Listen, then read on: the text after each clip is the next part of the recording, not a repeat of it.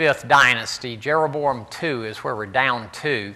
And if you look across, you see these guys right in here: Joash, Amaziah, Uzziah. This guy has another name. He's also known as Azariah, and you'll hear him called various names. He's mostly called Azariah in the early stages, and in the later stages he's called Uzziah. Wanted to point something out to you, though. This is a slightly modified slide from what I've been using. You may notice the yellow stuff. There is not a single king of the kings of Israel that is described as being good. Not one. They are all described as having done evil in the sight of Jehovah, or some phrase. Almost all of them are described in that way. Not one is described as being a good king. And the description of a good king is not how good he was at administration or how great a warrior he was, but whether or not he did things that were right in the sight of Jehovah. And even the ones over here, I've flagged them in yellow. There are 8 that were described. That's 1/3 of all the 24 kings in Judah are described as having done what was right in the sight of Jehovah. And maybe one of them, I'm thinking it was maybe Hezekiah or Josiah, I can't remember who it was, but maybe one of them was described as doing everything right.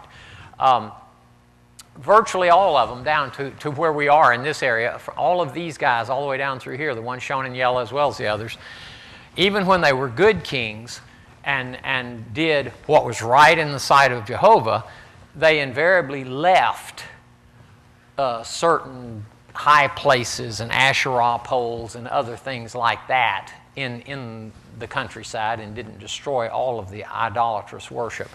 And we sometimes forget. In fact, we're going to see it here in a bit. It may be next week before it pops up. But the king of Assyria decides to send some of the priests back to the land of Israel because he wants to perhaps curry the favor, and the phrase he uses is the God of that land. And this was normal in those days. Gods were territorial. If you went into an area, you wanted to find out what the local god was for that area. Because if you didn't make that god happy, you weren't going to be okay in that land. And if the god of one particular territory was stronger than the god of another particular, God's people would win in wars, especially if it was fought in their land, because the god was very jealous of his own land. But if you went out of the land, he might not care because it's not his problem. You know, it was out of his territory. That's not in my area of responsibility. So gods were very localized, at least in the people's minds. They were very regional. In fact, you know, we are patriotic on a national level, right? We're proud to be Americans, I hope. But we're also patriotic on a state level. Proud to be Tennesseans, right? And we care deeply enough about our town. I'm from Clinton, so I'm very, Clintonian. I'm very patriotic about my town. By the way, it's the best town in the area. And if you're from Oak Ridge, Oak Ridge is the best town. And we do the same thing with our schools and our football teams. You could almost say we have our local demigods. We'll talk about people who are absolutely religious about UT football. They worship the football team almost, And this is kind of how gods were handled in those days. The Jews sort of saw Jehovah God as the national God. But then they had their tribal gods and their area gods within a tribe, and individual families had their own gods. I mean, you had your own private God. And so it's kind of like being patriotic. You can be patriotic at many levels, and so they were interested in gods at many levels. This was standard, typical, normal practice all over the Middle East. All over. I'm sorry, what? An Asherah pole is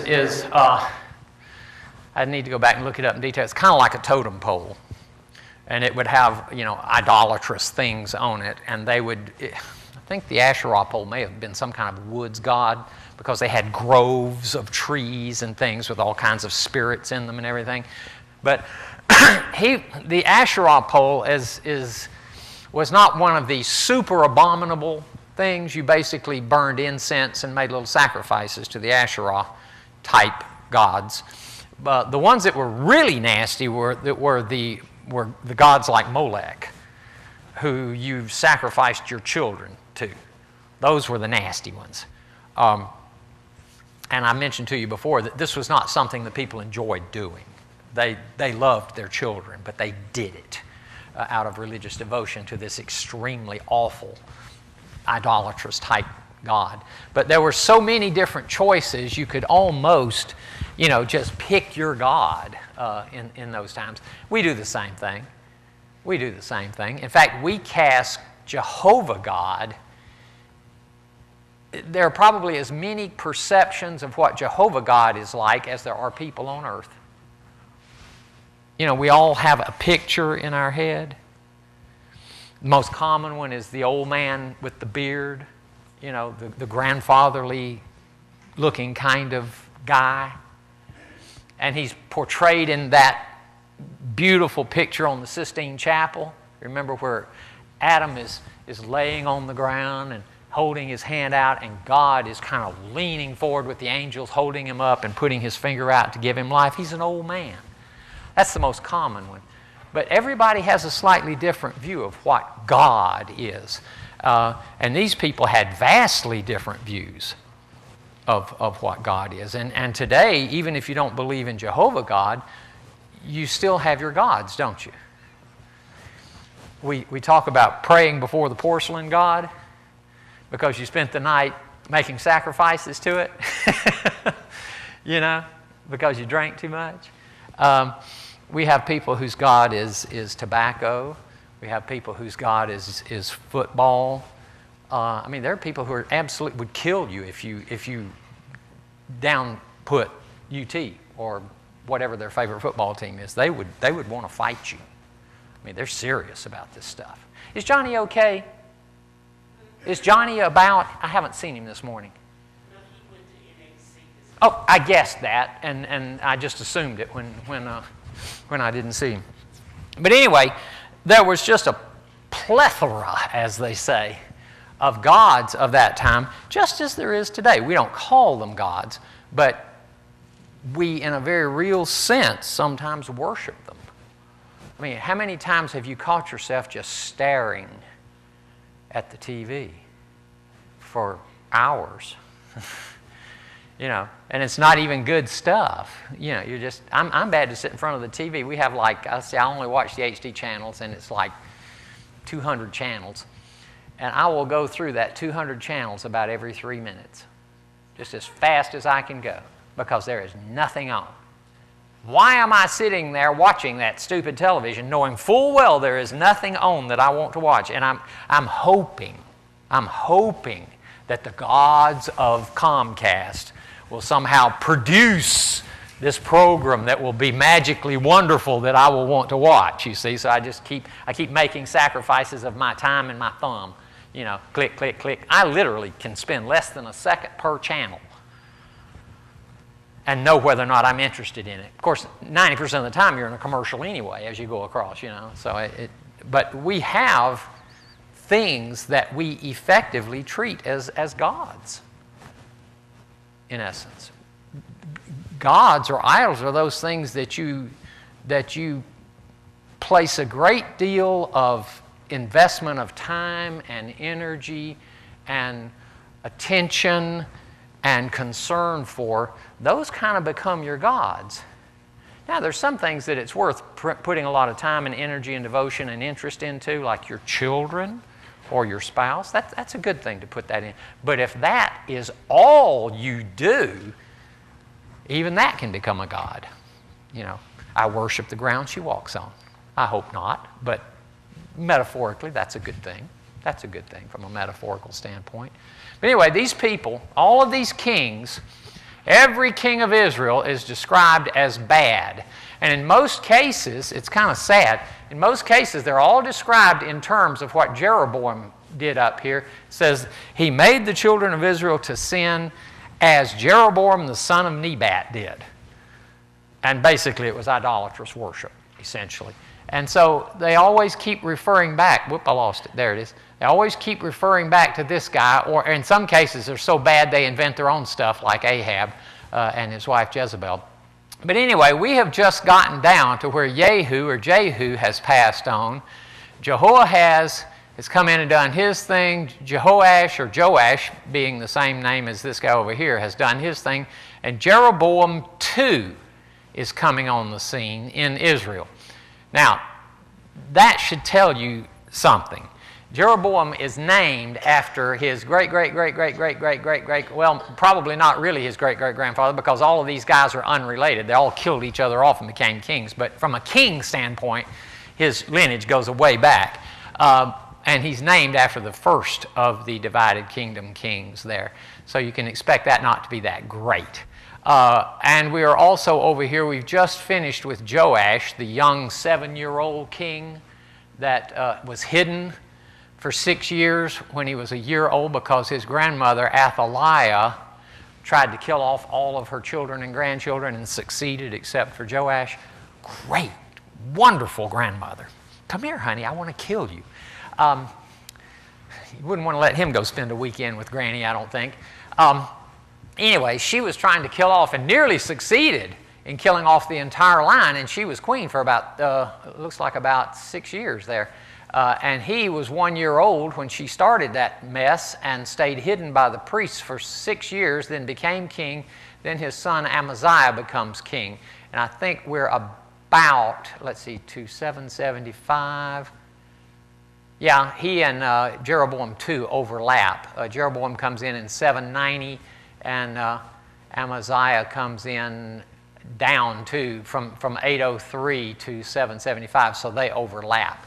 And we'll see that. But notice the good kings. You have Asa up here, Jehoshaphat, Joash, Amaziah, Uzziah, Jotham, Hezekiah, and Josiah.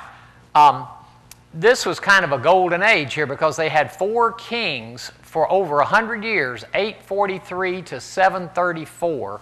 They had 4 good kings in a row.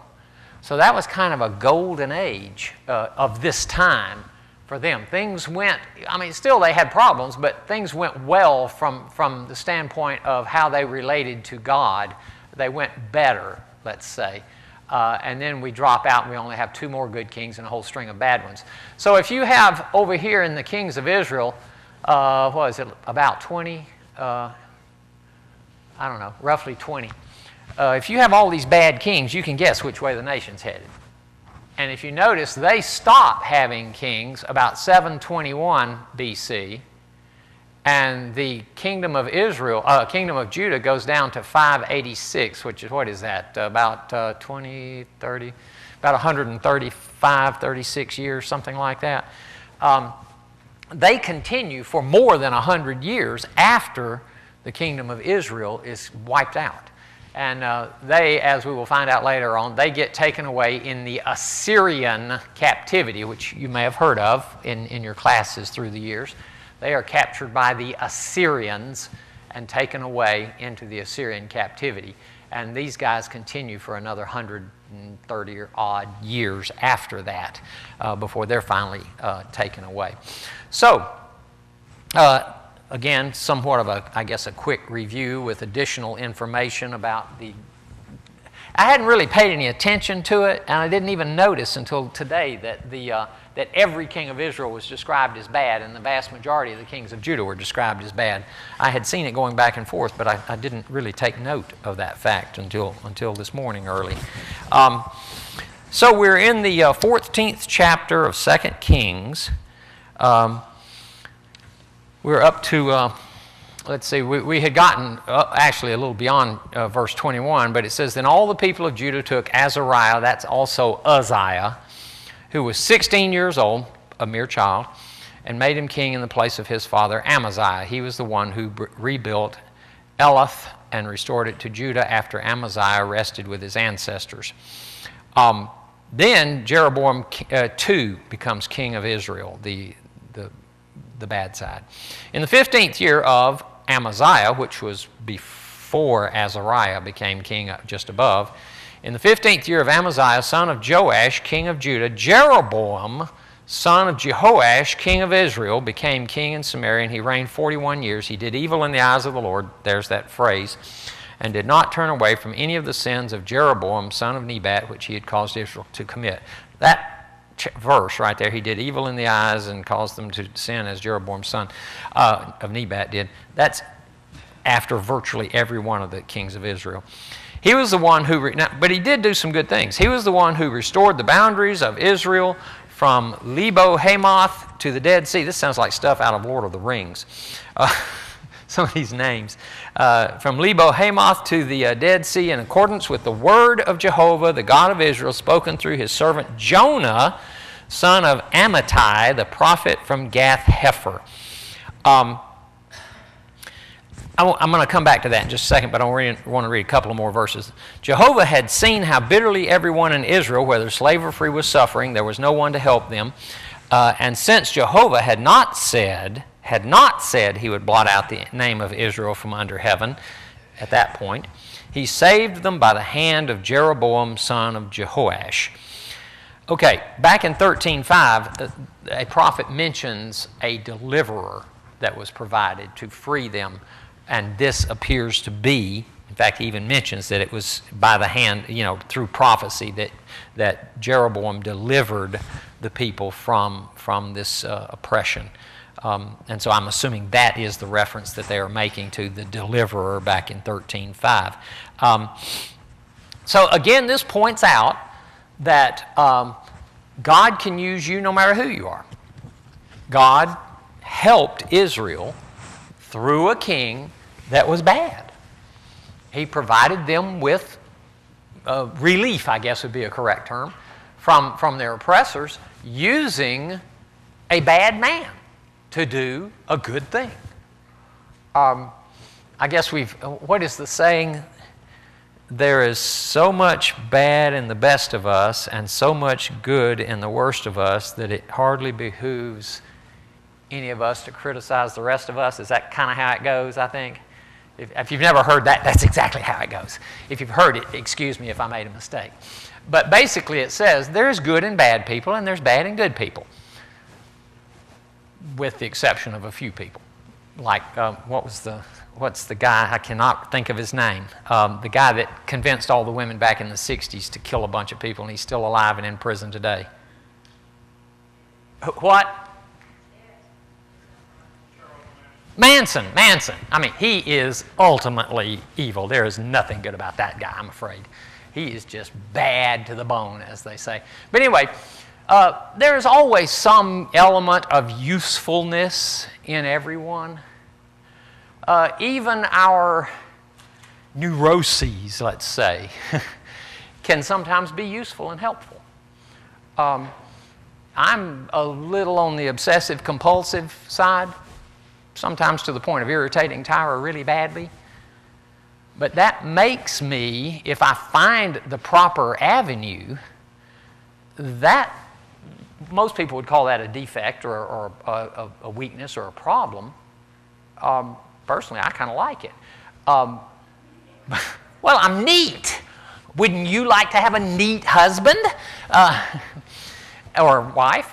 And so I can sometimes become irritating because I will go around behind her picking up and straightening up and stuff that she's not quite done with and things like that. Or I give her a little bit of trouble because she might not have picked up something as quickly as I thought she should.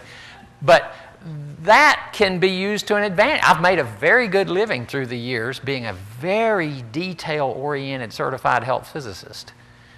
It worked out really well for me career-wise to be like that, because I had associates who just thought everything was going to turn out fine and never even went to the effort to try to make it turn out fine or to clean up a radiological mess. It'll go away. No, it won't. I've got to fix it, So I've learned not to say that people have good and bad characteristics. I've learned to say that people have characteristics. And how those characteristics get used, whether you would perceive it as good or bad characteristic, how that characteristic is used determines whether or not it's good at that moment. Do you have certain characteristics that make you, that other people don't like in you sometimes? I'm probably the only one. All of you guys are great. Y'all don't have those kinds of characteristics.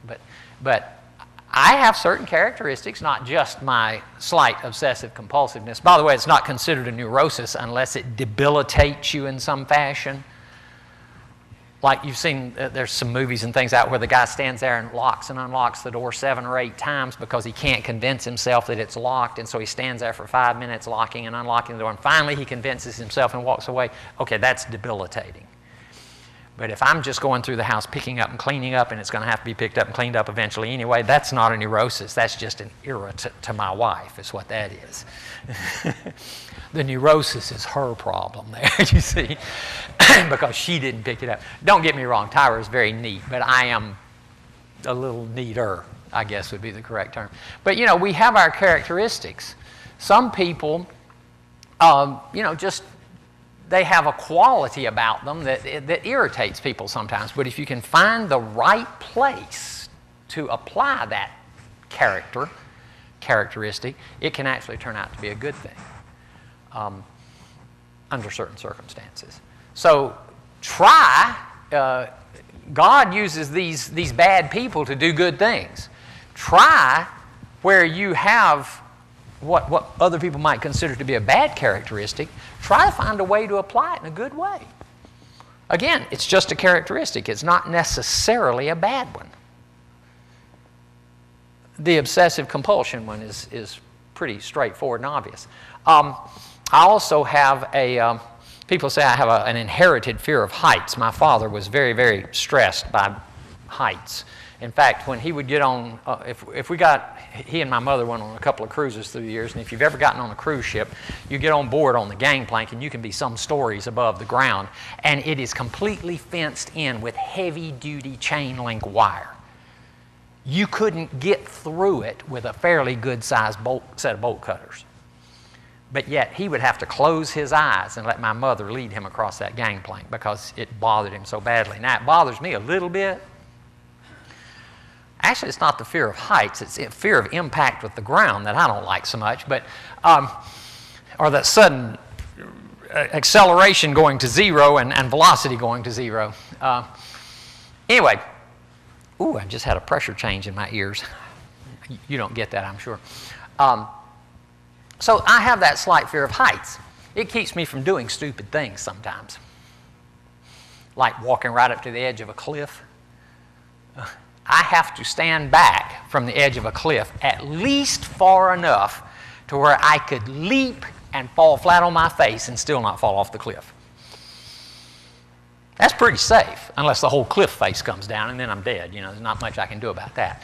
But I had friends that would literally, out in New Mexico, they have sheer cliffs out in New Mexico that drop 1,000 feet.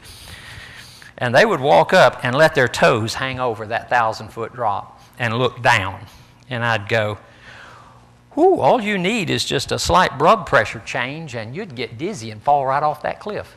I mean, that's just stupid to me. You may not think that's stupid. So I would back up and, I can see real well from, about there. That's I can see fine. Thank you very much. I don't need. Well, but there's a rock right down there that you can't see. That you can't see down there. Oh, excuse me, I almost fell. And no, I don't need to see that rock. Thank you very much. That might preserve my life, mightn't it? And I tell them, you go ahead, you walk out there. I don't care. It doesn't bother me a bit as long as I don't watch you. Crazy. But everybody has their own characteristics. And that person that will walk out to the edge, there's probably some situation in life where that would be helpful to them. I don't know, if they live long enough. So look at the characteristics in your life. If they're viewed as being bad by most people, try to find a way to use them for good things. There's almost always a way to use a characteristic in your life for good things, somehow. And I won't tell you how to go about doing that. That's very personal, and you'll have to find your own way. So anyway, Jeroboam becomes the deliverer. Jeroboam II becomes the deliverer of Israel from the hands of their oppressors for a number of years. And then in verse 28 there, it says the usual phrase about the other events in his life and his military achievements and how he recovered Damascus and Hamath for Israel. Actually, he took it away from Judah. And that he rested with his ancestors, and Zachariah, his son, succeeded him as king. So now we have Zachariah. Oops, took my glasses off, can't see it. So now we have Jeroboam's son, Zachariah. So Jeroboam is the son of Joash. So he actually does go back several kings here. And Zachariah has now taken over. If you'll notice, he is only shown as reigning during 1 year. So we know good things are not going to happen with him. In the 27th year of Jeroboam, his son is not going, Jeroboam's king, the king, Zachariah, his son, is not going to do well. But we're going to jump back over to Judah, and we will see in the 27th year of Jeroboam, so Jeroboam has been king of Israel for a while, Azariah, son of Amaziah, king of Judah, began to reign. He was 16 years old when he became king, and he reigned in Jerusalem 52 years. So he had a long reign. His mother's name was Jecholiah. I guess that's how that, Jecholiah, or however that's pronounced. She was from Jerusalem. And it says he did what was right in the eyes of Jehovah, just as his father Amaziah had done. The high places, there we go again, the high places, however, were not removed. The people continued to offer sacrifices and burn incense there. These, again, were the minor deities of the region, and the people continued to worship those, even though they probably also continued to worship Jehovah, which is in direct conflict with the first commandment, of course. Now, this I don't exactly understand, but it is just it's stated without explanation. It says, Jehovah afflicted the king. This is the good king. Afflicted the king with leprosy, which in their time could be any skin disease, until the day he died. And he lived in a separate house, I guess, from the rest of his household people. Jotham, the king's son, had charge of the palace and governed the people of the land. And so if you happen to look up there at Jotham, let's see.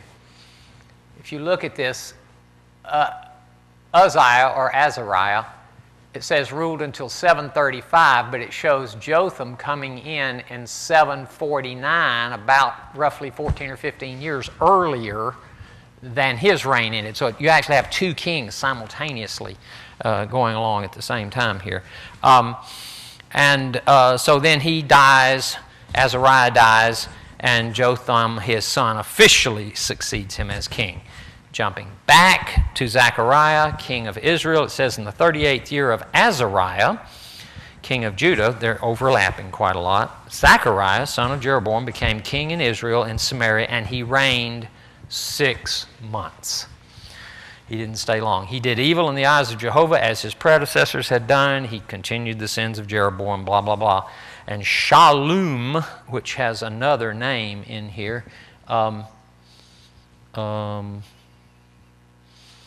well, in our list, it's shown as Shallum. He has another name. Son of Jabesh, conspired against Zechariah, attacked him in front of the people, so he did it right in front of everybody, assassinated him, and succeed him as king. It's kind of like, I'm going to kill you, I get to be king, and I am king. And everybody goes, yay, king. You know, it's kind of strange how they do that. It's a little weird.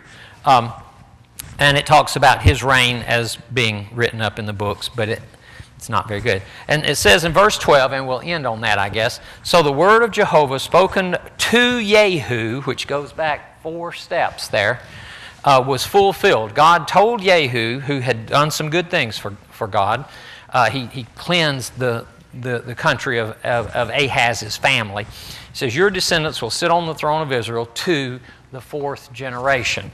And so Jehu, or Jehu, another king that wasn't that great as a friend of God, God used him for good things, and God blessed him and said, I'll let your family rule for 4 generations here. And so he did allow that to happen on that. So we will stop there. what's the date? 17th. And I like the thing I used last week, and it comes right out of, I believe, Colossians. You will remember it, and I may use it for several more times. The grace of our Lord Jesus Christ, the love of God our Father, and the fellowship of the Holy Spirit be with you always. Amen.